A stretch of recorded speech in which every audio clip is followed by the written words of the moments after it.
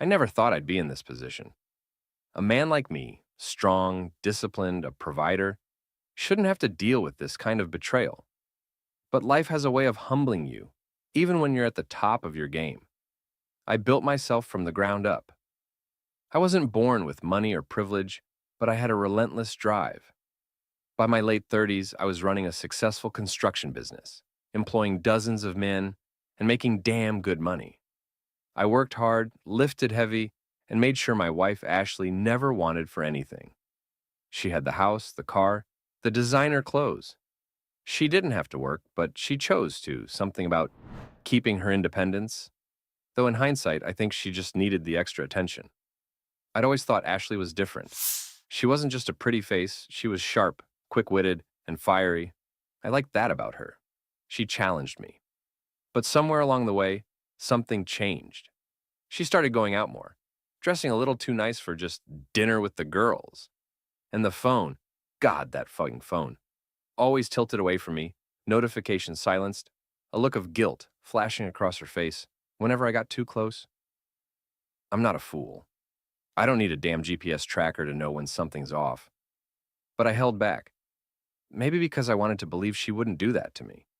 Maybe because I didn't want to admit that I'd been so blind. Then, last week, she dropped the bomb. I had just gotten home from a late job site visit, hands still dirty, sweat still on my back. She was sitting on the couch, looking at me like she was rehearsing lines in her head. It wasn't cheating, she said, real calm-like. It was a swapping party. Just an experience. I remember feeling my heartbeat slow, my breathing deepen. I stepped forward, towering over her, but she didn't flinch. It was pure coincidence that your father was there, she added. I don't remember throwing the lamp. I don't remember kicking over the coffee table, but I remember the sound of glass shattering, the way she gasped and jumped back.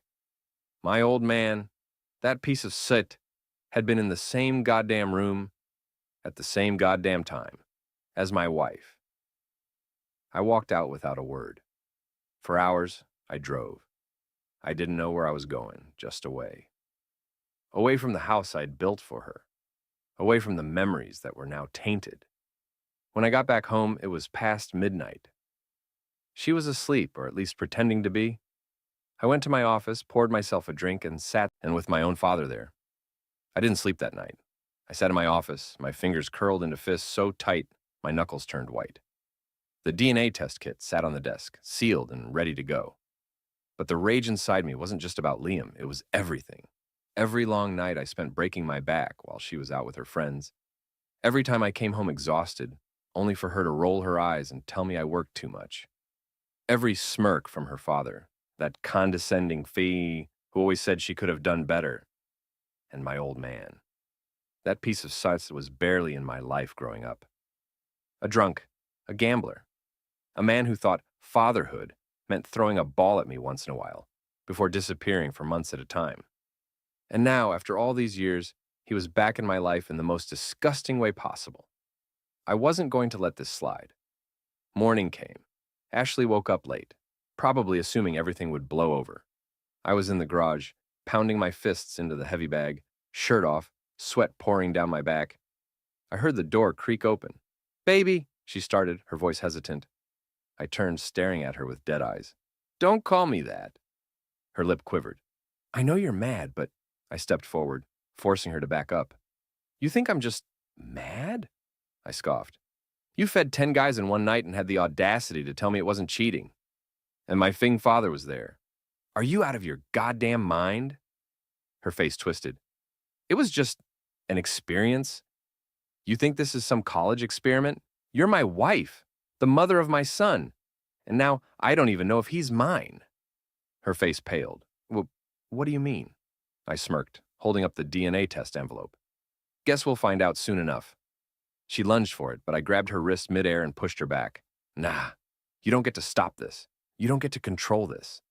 Her face twisted in anger. "You're acting crazy." "Crazy? You haven't seen crazy yet." I left the house before she could say another word. I had bigger things to deal with. First stop, the gym. Needed to clear my head. I was already seeing red, and I knew if I didn't burn some of this rage off, I'd do something that'd put me in handcuffs. I went 12 rounds with the heaviest bag in the gym, barely feeling the pain in my fists. Then I drove, straight to my father's place. I banged on the door hard enough to rattle the damn hinges. A few seconds later, the door cracked open, and there he was, my old man, Mark fucking Callahan. Gray-haired, still built like an old war dog, but with the same smug look he'd always had. "Hey, son!" My fist cracked into his jaw before he could finish the sentence. He staggered back, grabbing his face. "What the fuck?"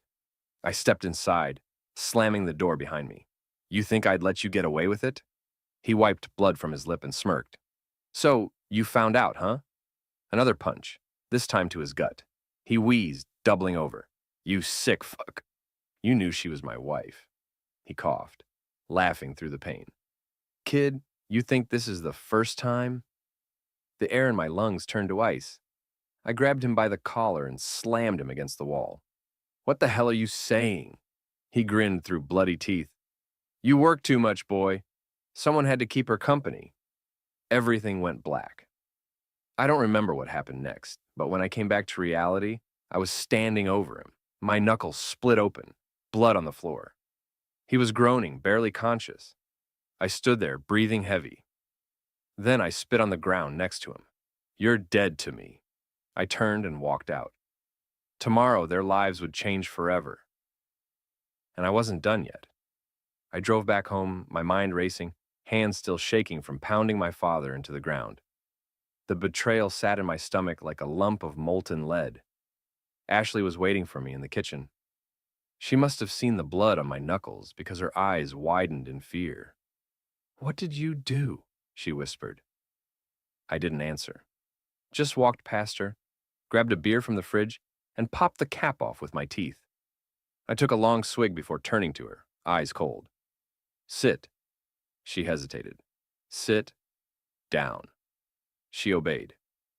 "You're going to tell me why," I said, my voice dangerously calm. Her arms folded, that defensive posture she always took when she knew she was in deep sit but wanted to act like she wasn't. "I already told you." "Not that bolst." I slammed the beer bottle down so hard the countertop cracked. "I want the truth, Ashley. You owe me that much before I tear your effing world apart." She exhaled sharply, rubbing her forehead. I don't know. It just happened." "Bullshit." "It was exciting, okay? Jesus, is that what you want to hear?" Her voice cracked. I felt wanted, desired. I felt alive. I leaned forward, fists on the table. "And I didn't make you feel that way?" "You did," she admitted, eyes darting away. "But not like that. Not like new. I was a wife, a mother, the woman waiting at home while you worked your ass off. And you were too strong, too perfect. I never felt like I could shake you." I frowned. "What the fuck does that even mean?" She bit her lip, hesitating. Then she laughed, but there was no humor in it. "You were like a fucking rock, okay? Untouchable. Nothing rattled you. I was drowning in your perfection. I felt small next to you. So you decided to throw everything away? For some cheap thrill?" Her voice was barely a whisper. "Yes." I stared at her, unblinking. She wouldn't even look at me. It was never about love. Never about some deeper emotional connection with another man. She wanted chaos, a rush, the danger of the forbidden. She wanted to feel powerful. Well, now she was going to feel powerless. I walked upstairs, grabbed my laptop, and sat down in the living room. Ashley stood there, arms crossed. "What are you doing?" "Ending you." Her face paled. "What? You wanted excitement, didn't you? A rush? A thrill?" I smirked. "Well, here it comes." I opened my emails and sent copies of the pictures and videos the private investigator had given me to every contact I had. Her boss, her parents, my parents, our friends, Liam's school board, the HOA, even the effing church group she used to go to. Ashley shrieked, "Stop!" I didn't. She lunged for me, trying to snatch the laptop, but I was faster. I stood up, towering over her, and she stumbled back. "That's just the beginning," I said, my voice ice. "Tomorrow, I file for divorce. You get nothing." You can't do that," I grinned. "You think I don't have a prenup? You think I didn't protect myself?" I leaned in. You're walking away with whatever you had in your bank account this morning, which, by the way, is about to be zero, because I just froze our joint assets. She gasped. Oh, and since I know you're worried about Liam, I pulled a second envelope from my pocket and threw it on the table. Paternity test results. He's mine. Relief flickered across her face. But you'll never see him again. She shook her head. Number, no. You can't do that. A judge, I cut her off. A judge will take one look at the evidence I have and hand me full custody. Do you think a court is going to let a woman who participated in a goddamn swapping party with her father-in-law keep custody of her kid? I let the words sink in, watching the horror dawn in her eyes. Oh yeah, I made sure to mention that little detail in the documents. She collapsed onto the couch, her breath ragged. And one more thing, I added, grabbing my keys. I suggest you pack your set before I get back. Because this house, it's mine. You're ruining my life, she whispered. I laughed. No, Ashley, you ruined it yourself. And with that, I walked out, slamming the door behind me. Tomorrow, her nightmare would really begin. I didn't go far. I parked a few blocks away, just sitting in my truck, letting the rage simmer down into something sharper, something cold. Ashley thought she could just cry and guilt her way out of this, that she could make me feel bad for her. Number, I was about to make her pay. I called my lawyer first, told her everything. The infidelity, the swapping party, the DNA test, the involvement of my own father. She nearly choked on her coffee. Jesus Christ, this is the most fucked up thing I've ever heard, she muttered. You have proof? Photos, videos, witnesses if needed. Good. You'll get everything you want in court. But listen, we need to move fast, before she gets a lawyer of her own. I already knew that. Ashley was the kind of woman who played dumb until she realized she was losing. Then she'd fight dirty. I wasn't going to give her the chance. I filed for full custody that afternoon. I filed for sole ownership of the house under our ironclad prenup. And I filed for a restraining order because, guess what? I had security footage from our driveway showing her leaving the house drunk multiple nights, with Liam still inside. This wasn't just about revenge. It was about making sure she never had the chance to crawl back into my life. Then I made the nuclear move. Ashley always cared about one thing more than anything else. Her reputation. I logged onto Facebook, and I posted everything. I didn't rant, I didn't curse. I kept it simple. A few pictures, a few messages, and one single sentence. I worked myself to the bone to give my wife the perfect life, and in return, she slept with 10 men at a swapping party, including my own father. Divorce is coming. If you still support her after this, I don't want you in my life either. Then I sat back and watched the world burn. Within minutes, my phone exploded. Texts, calls, voicemails, messages from people I hadn't talked to in years. Her parents, her friends, even her goddamn boss. I ignored most of them, but one caught my eye. My father, Mark Callahan. You went too far, boy. Take that post down. Now I smiled and replied, or what? Gonna fuck my next wife too? Blocked. When I got back home that night, Ashley was gone. The house was dark, but Liam's room was still warm. I sat on his bed watching him sleep, his little chest rising and falling. My son, my blood. He deserved better than her. He deserved better than all of them, and I was going to make damn sure he got it. I woke up to chaos. Ashley had gone nuclear too. By morning, my Facebook post had over 30,000 shares. It had been picked up by gossip forums, relationship blogs, and even a few local news sites. People were talking, people were digging, and then someone found the party photos. Not just the ones from my investigator. No, worse. Someone had leaked high-resolution pictures from inside the actual event. Ashley, my father, the other men, the proof. I didn't post them. I didn't have to. The internet tore her to pieces. Her parents disowned her. I got a call from her father, William, that afternoon. The same arrogant fuck who had always looked down on me, his voice was shaking. We raised her better than this, he muttered. I almost laughed. Did you? They wiped their hands of her immediately. Cut her off financially, erased her from family gatherings, even removed her from their will. To them, she was a stain, and rich people don't like stains on their perfect image. Her boss fired her. Ashley worked in marketing, and guess what? Her entire brand was built on being classy and family-oriented. So when clients started threatening to pull contracts because of the scandal, her company panicked. They sent out an email that afternoon. Effective immediately, Ashley Callahan is no longer employed with us. We do not condone the personal choices she has made and how they reflect upon our company values. Cold, ruthless, beautiful. She tried to fight for Liam, but lost. Our court date came fast. Too fast for her to build any defense.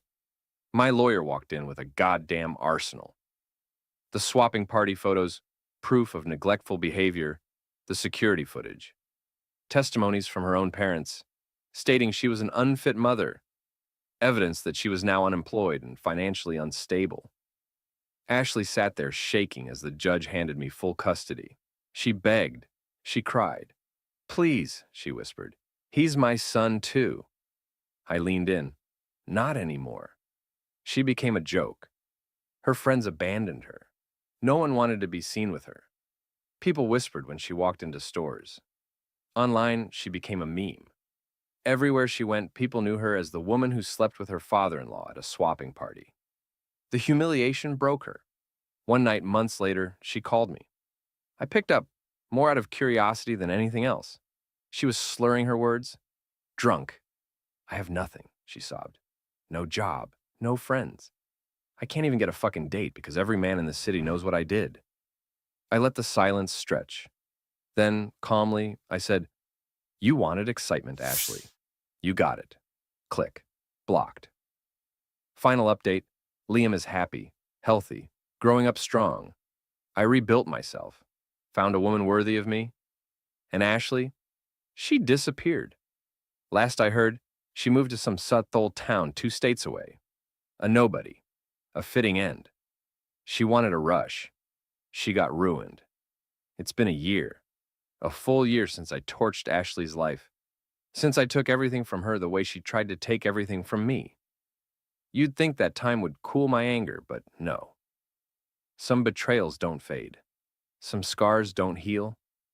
And Ashley? She didn't just betray me. She humiliated me. She let me raise a son while wondering if he was mine. She destroyed our family, our marriage, our entire damn life. All because she wanted a fucking thrill. She wanted chaos. Well, she got it. Where is she now? She ran, disappeared. After the divorce, after losing custody of Liam, after being blacklisted from every decent job within a 100-mile radius, she packed up what little she had left and left town. I didn't care where she went. But the world has a way of keeping me informed. Every so often, someone sends me an update, a Facebook post, a news article, a picture of her looking like absolute saint in some rundown bar 2 states away. She's nobody now. A washed-up, broke, lonely mess who barely scrapes by on Sati waitress jobs. She jumps from apartment to apartment, never staying in one place long. No friends, no family, no Liam. Just a reputation that follows her everywhere. We thrived. My son is growing strong. He doesn't ask about her anymore. He doesn't need to. I worked my ass off to make sure he never felt her absence, that he never missed a single school event, never lacked for anything, that he grew up knowing that his real parent was always there. And as for me, I moved forward. I rebuilt.